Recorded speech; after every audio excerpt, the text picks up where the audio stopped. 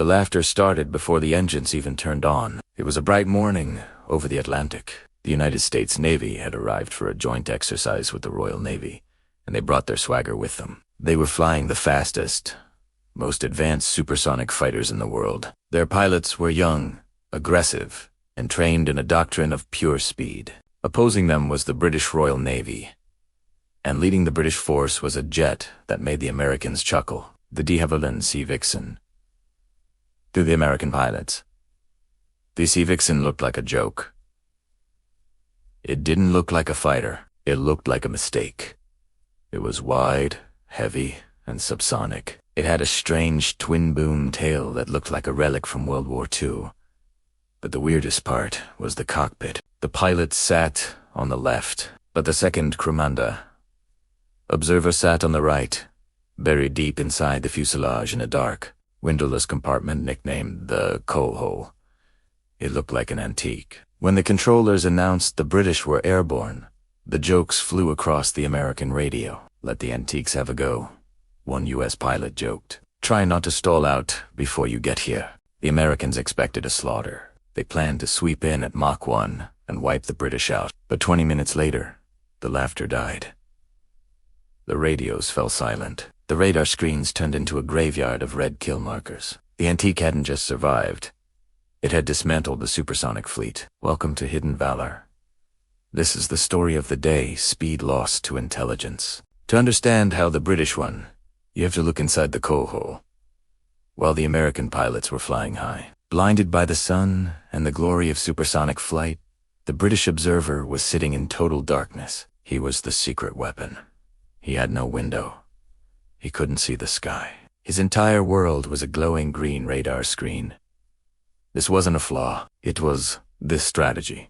Because he couldn't see the sky, the observer wasn't distracted by fear. He dealt in pure data. Math, geometry, timing. The U.S. Navy doctrine was built on energy. Fly fast, turn hard. The Royal Navy doctrine was built on patience. As the exercise began, the American formations swept into the airspace. They were hunting with their eyes, scanning for the big, clumsy British jets. But the Sea Vixens weren't where they were supposed to be. They were hugging the cloud tops, skimming the thermal layer where cold air meets warm air. This distorted radar returns. To the American sensors, the British jets were just ghosts. The British observer watched the American formation on his screen. He saw them rushing forward, burning fuel. "They're pushing too hard," the observer whispered. "They're leaving a seam open on the left." The pilot didn't argue. He simply nudged the stick. The Sea Vixen slipped silently into the blind spot of the American radar. They weren't chasing the Americans. They were waiting for the Americans to fly past them. The first engagement lasted less than 90 seconds. The U.S. fighters were looking for a head-on fight. They wanted to use their speed. But the Sea Vixens had positioned themselves in the bracket, while the Americans flew straight. The British jets approached from the sides, hidden in the clouds. The moment the Americans passed the point of no return, the observer spoke. "Target acquired. Fox 1. A simulated missile fired." On the American instrument panels, a warning light flashed. The U.S. flight leader was confused. "Contact." "I've nothing on my scope." "Splash 1. The controller called out. "Lead element. You are dead." Before the wingman could react, the second Sea Vixen fired. Splash 2. In under 2 minutes, the American lead element was wiped out. They had been killed by a jet they never saw. The Sea Vixens didn't celebrate. They simply banked back into the clouds, vanishing like ghosts. They knew the Americans wouldn't laugh next time. Next time, they would be angry. The second round was different. The Americans were focused now. "Tighten up." The flight leader ordered. "Burn through the clouds. Find them." They concentrated their radar into a tight beam.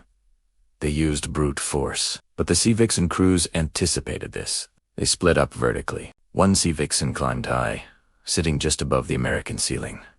The other dove low, right down to the wavetops. This was the vertical split. The American radars could look left and right, but scanning straight up and straight down at the same time took precious seconds. The U.S. fighters saw the low Sea Vixen first. It was the bait. Tay-dob. Onite. Eager for revenge. Tally-ho. Engaging low bandit. They took the bait. As the Americans dove, they exposed their backs to the sky, and hanging there, high above, was the second Sea Vixen.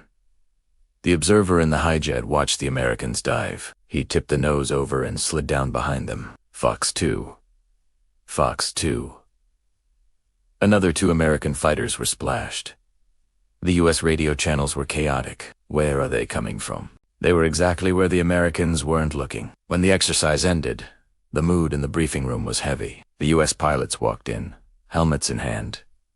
They were the elite, and they had just been dismantled by a flying potato. The American commander asked, "We have Mach 2. We have better radar. How did you beat us?" The British observer opened his notebook, filled with diagrams of American flight patterns. You fly by the book, you sigh gently. You rely on speed. We knew if we pressured you, you would speed up. And when you speed up, you stop looking around. He tapped the page. We didn't fight your aircraft. We fought your behavior.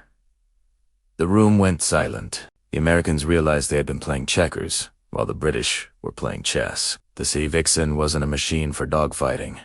It was a machine for thinking. The Sea Vixen is retired now, often forgotten. But for the pilots who flew that day, the lesson remained. In the deadly arena of air combat, the fastest jet doesn't always win. The one that thinks the fastest does. Subscribe for more stories of the machines that defied the odds.